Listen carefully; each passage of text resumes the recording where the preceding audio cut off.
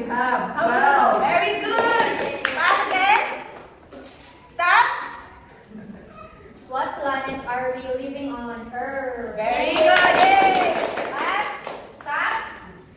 What is the center of the solar system? So what is the center of the Sun, sun? teacher. Very good. So now take your picture. Last. And now we will be having another activity. The title of our activity is the spinning earth. So this will be your activity sheets. And also the materials. Can you get a pen? Okay, I will read first our activity. So the title of our activity is the spinning earth. So the materials are piece of green paper, short piece of string, one pencil, one push pin, crayons or colored pencils. So the procedure is place the clean sheet of paper on a flat surface like a table. Then push the push pin into the center of the paper and be careful as an adult or help if needed as teacher. Tie one end of the string to the push pin and the other end to the pencil.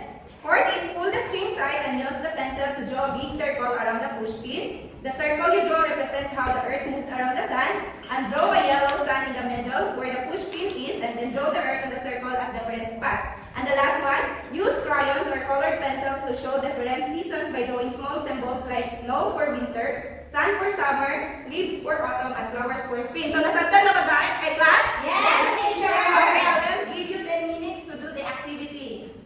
Done, teacher. Okay, done. So in your activity, what does the push pin represent? Teacher. Okay, Kaling. The push pin represents the sun, teacher. Very good. And how about the pencil? Kim. Earth. Very good, the earth. And what does the circle you drew represent?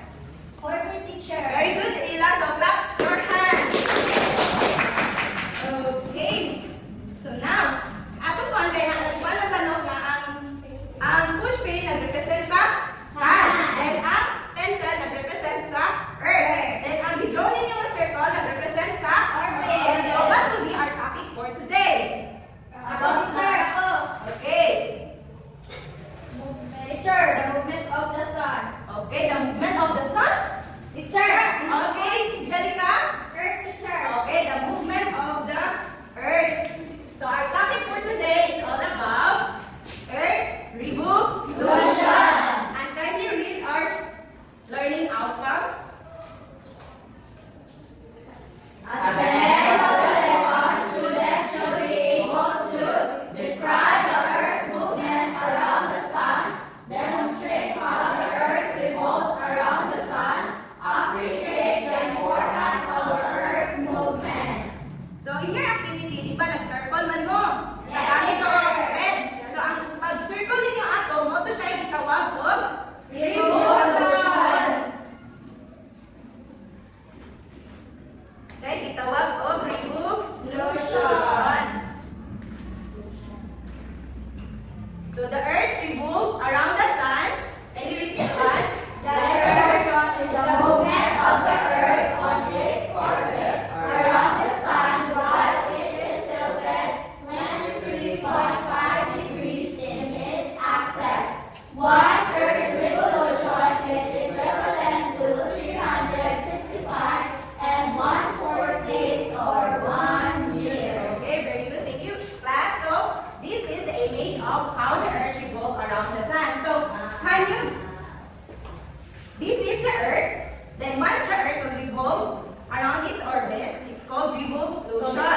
So how many planets do we have? 8. Okay, can you name the 8 planets? Mercury, Venus, Earth, Mars, Jupiter, Saturn, Uranus, and Neptune. So tanan ng planet nag-revolve around the sun? Yes. Okay, very good. So how many days does the Earth revolve around the sun? 365 days. 1/4 days or 1 year. Okay, thank you.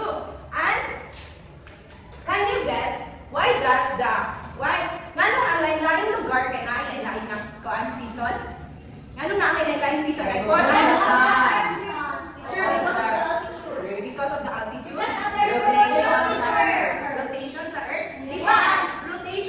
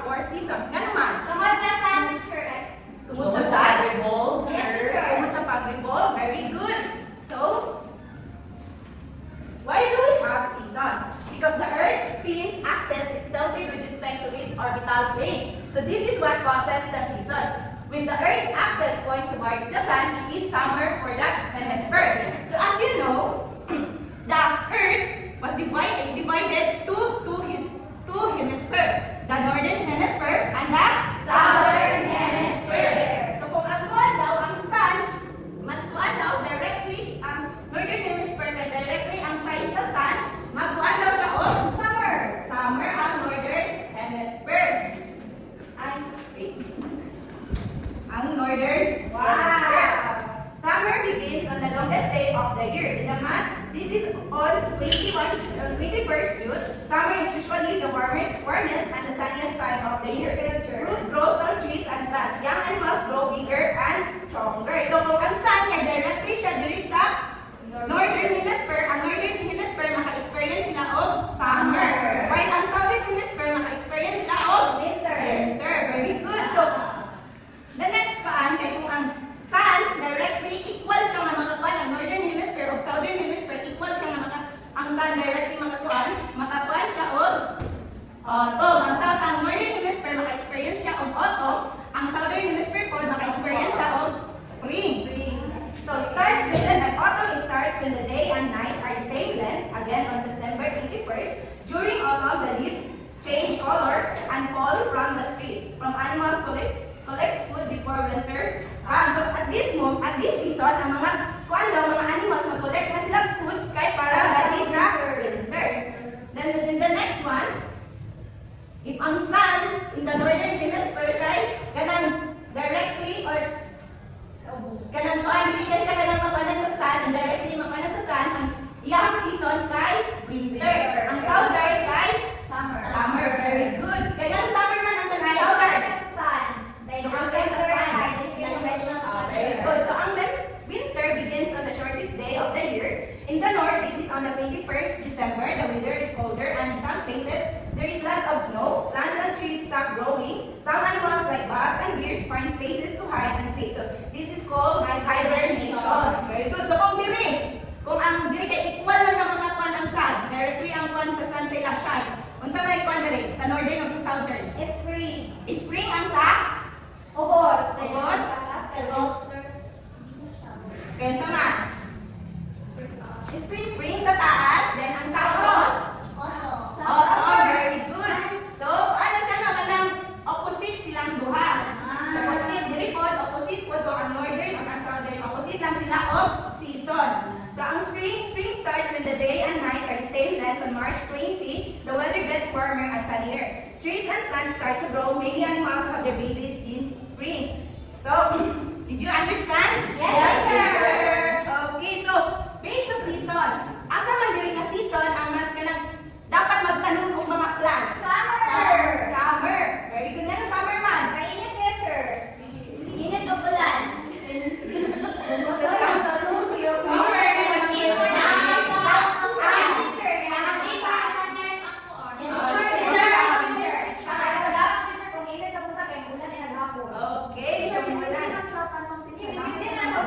Very good. So, depende siya sa tanong kay nay tanong na magpuyo.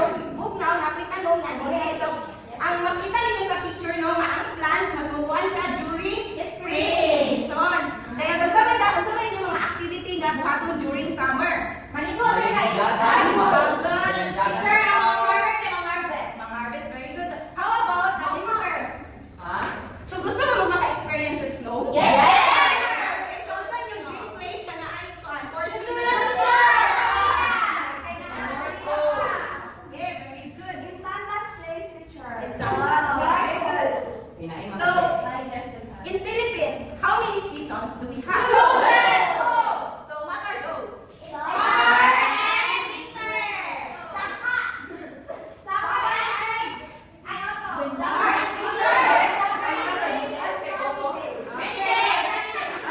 the seasons here is very good. Yes, seasons are dry seasons. So, nga ang Philippines, kaya naka-experience lang of 2 seasons. Because of our location. Okay, please ayan sa Tadela. Very good. Doon ta sa equator. Okay, very good. Doon ta sa equator. So, ang sun, kay equal lang siya makakuan sa ang earth. Kung doon ka sa equator, equal lang yung makuan nga sunlight. So, dili kayo nga kung diri. Pero kung ang Philippines, malupit din siya sa North Pole versus diri sa Southern Hemisphere, di natin maka-experience ang Philippines of 4 seasons. Teacher,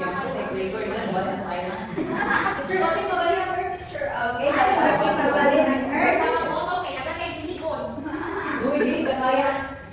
Okay, so, another question. So, what will happen if the Earth will not revolve around the sun?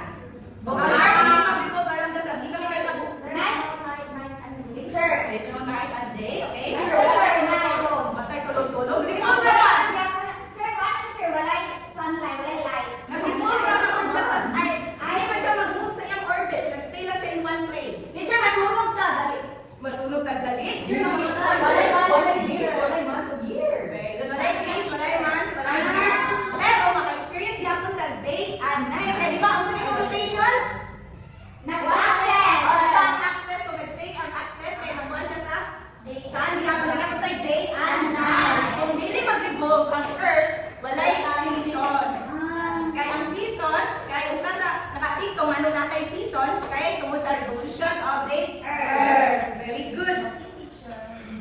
Okay. So, nasabtan na ba itong klase? Yes, teacher! Again, what are those four seasons? Spring, winter, autumn, summer. Okay, very good. So, what is revolution? Teacher!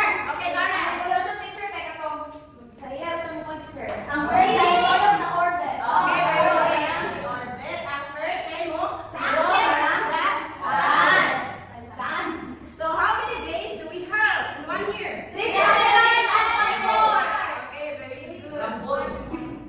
So, nasabtan naman ninyo ano ang klase. So, ako magkakato ninyo ang mga worksheets para sa evaluation. Okay, I will just give you 10 minutes to do that. Okay, Okay, are you done? Yes, teacher. Okay, and for your assignments, kindly read. Draw